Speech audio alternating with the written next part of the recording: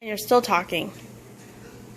We're making lunch. But if you guys want to know how to make the best mac and cheese in the world, then it'll be worth watching this. So, what you're gonna need, it's a simple recipe. It takes me 10 minutes, and I don't follow any of the recipes online.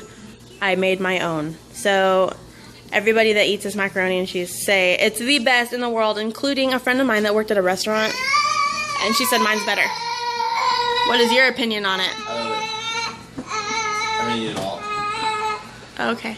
What's your opinion on it, Lorelai? Hey, Lorelai. Hey, Lorelai. That's her opinion on it.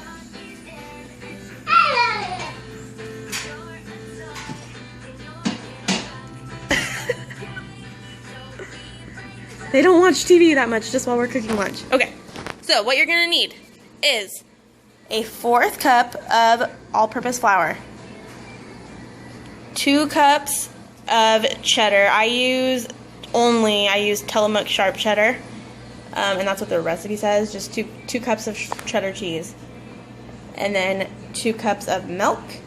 And I use 2 different types of noodles, and I make sure that they're the large ones, because if they're too small.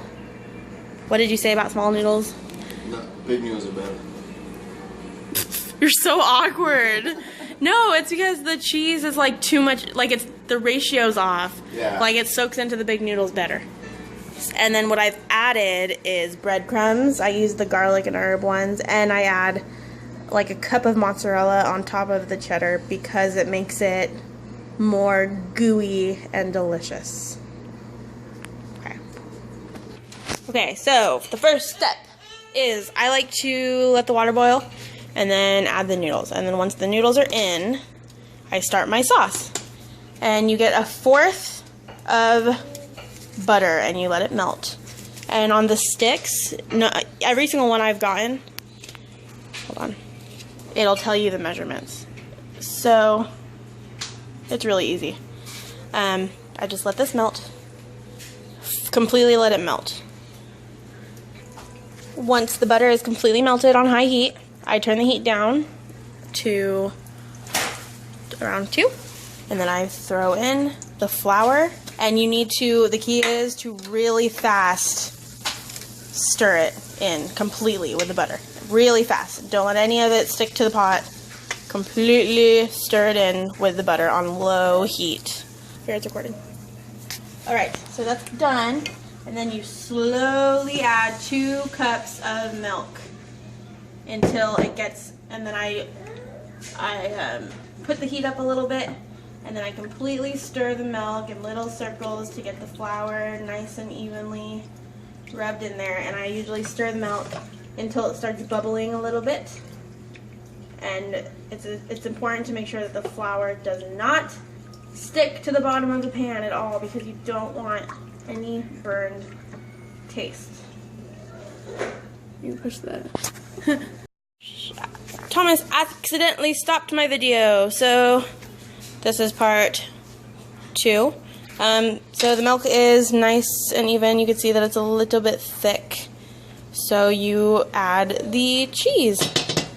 And these bags already come in 2 cups, so I just put the entire thing in.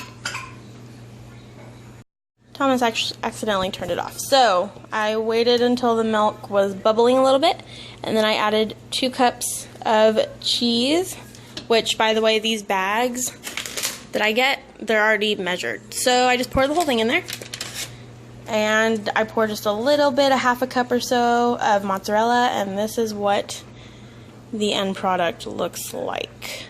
So now I'm going to add, what I do is I add just a little bit of breadcrumbs and a little bit of salt and pepper. I never measure them, I just do it to taste, and then it'll be done. This is the final product. Cheesy as hell. Cheesy as hell. With, I put salt and pepper and breadcrumbs, just a little bit, and just a taste. It really doesn't need it. And we have this for like 3 days. Oh, our bread is done.